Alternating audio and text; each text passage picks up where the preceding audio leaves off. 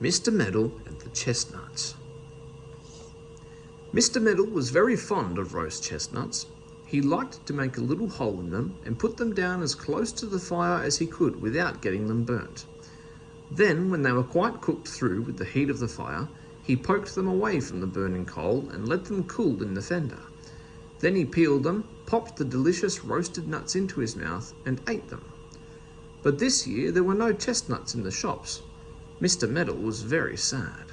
He told his friend Jinky about it. "You know, I'm going to miss my roast chestnuts very much," he said. "I just can't seem to buy any anywhere." "Well, don't you know any trees that grow them?" asked Mr. Jinky. "I know lots of horse chestnut trees," said Meddle. "You know, the kind we call conkers when they fall to the ground and split open their prickly cases, but I don't know any trees that grow eating chestnuts, do you?" "Oh yes," said Jinky, "I'll tell you. You know the bluebell wood, don't you?" "Yes," said Meddle. "Well, go right through it till you come to the big oak tree in the middle," said Jinky. "Then turn to the right, go down the little path there, and you'll soon come to 2 or 3 big eating chestnut trees." "How shall I know them?" asked Meddle. "They are not like the horse chestnuts, are they?" "Not a bit," said Jinky. "You'll know them, my dear Meddle, because they are growing the eating chestnuts you love." "Are they in prickly cases like the conkers?" said Meddle. "They're in cases, but much more prickly ones than the conkers," said Jinky. "What a lot of questions you ask, Meddle." "Well, I want to be sure I don't make a mistake," said Meddle. "I'm always making mistakes, and I'm trying not to now." Well, that afternoon Meddle took his biggest basket and set off to Bluebell Wood. He took the little path to the right when he came to the oak tree, and very soon he arrived at the 3 chestnut trees.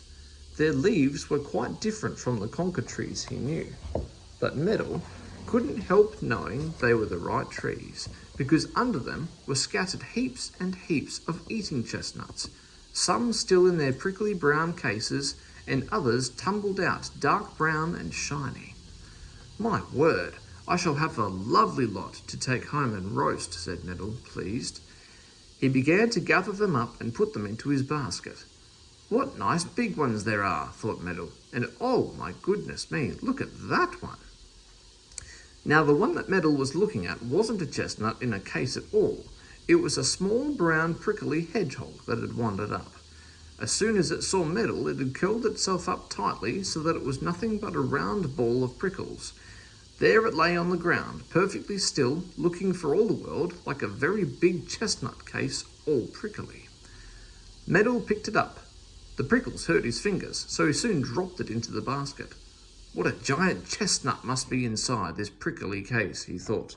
"I'll open it when I get home and see what kind of chestnut there is there. Maybe there are 2 or 3. What a find!" He carried his basket home. The hedgehog didn't move at all. It was frightened. It knew that as long as it stayed tightly curled up, nobody could harm it. So there it lay in the basket, looking just like a big prickly chestnut. When Meddle got home, he was hungry. "I really think I will roast a few chestnuts at once," he said. "I feel as if I could eat a whole lot.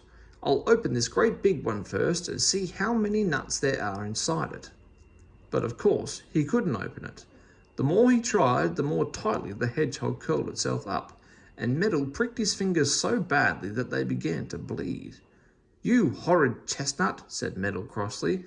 "I'll just put you straight down beside the fire as you are, and you'll have to open then, and I'll get out your nuts." So down beside the fire went the hedgehog, along with a handful of nuts. Meddle sat down to watch them roast. Now the hedgehog didn't like the fire at all. It was much too hot. It lay and thought what would be the best thing to do. It didn't want to be cooked. It didn't want to open itself and be caught. But as the fire felt hotter and hotter, the poor hedgehog knew there was only one thing to do, and that at once. "I must crawl away, I really must," it thought. So it opened out a little, put out its funny little snout, and began to crawl away from the hearth. Meddle suddenly saw it. He thought he must be dreaming.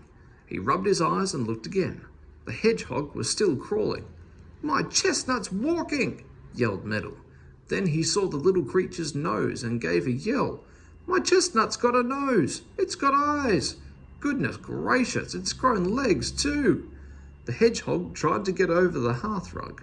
Meddle gave another yell and rushed out of the house. He bumped into Jinky and held on to him tight. "Now what's the matter?" said Jinky in surprise. "My big chestnut is walking on the hearthrug," cried Meddle. "Don't be silly," said Jinky. "And it's got a nose," said Meddle, clinging to Jinky, for he really felt very frightened.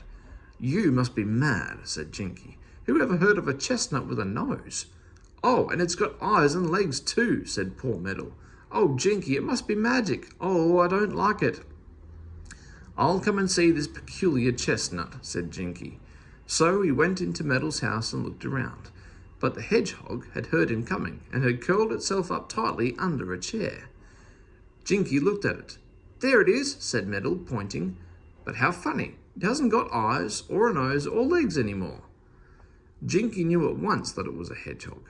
How he grinned to himself. "We'll soon make it grow eyes and nose and legs again," he said. "Give me a saucer of bread and milk for your giant chestnut, Meddle." "Bread and milk for a chestnut to eat?" said Meddle in the greatest surprise. "Whatever are you talking about?" "Go and get it," said Jinky. So Meddle went to his larder and soon came back with a saucer of bread and milk. Jinky set it down beside the tightly curled hedgehog. The hedgehog smelt the food. It uncurled itself. Out came a little nose. Meddle gave a squeal. "Look, it's come alive again!" The hedgehog went to the saucer on its short little legs and began to eat the bread and milk. Meddle watched in the greatest surprise, his eyes nearly falling out of his head. When the hedgehog had finished the bread and milk, Jinky took out his handkerchief. He wrapped it round the little prickly creature and lifted it up. The prickles were caught in the handkerchief and did not hurt him. "If you don't want this giant chestnut, I'll have it," he said. "Take it with pleasure," cried Meddle. "I don't want such a peculiar thing in my house. You seem to know what to do with it anyway." "Well, I've always liked hedgehogs," said Jinky with a grin.